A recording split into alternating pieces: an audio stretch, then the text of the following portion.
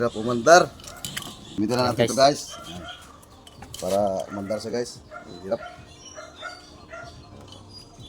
Ayan guys, oh, inverter natin ni guys ha. Yan. Ipaksak mo lang ni guys. Yan. Kita ko yung umihilaw siya guys, oh. Lagay natin dito guys. One. So, ayan.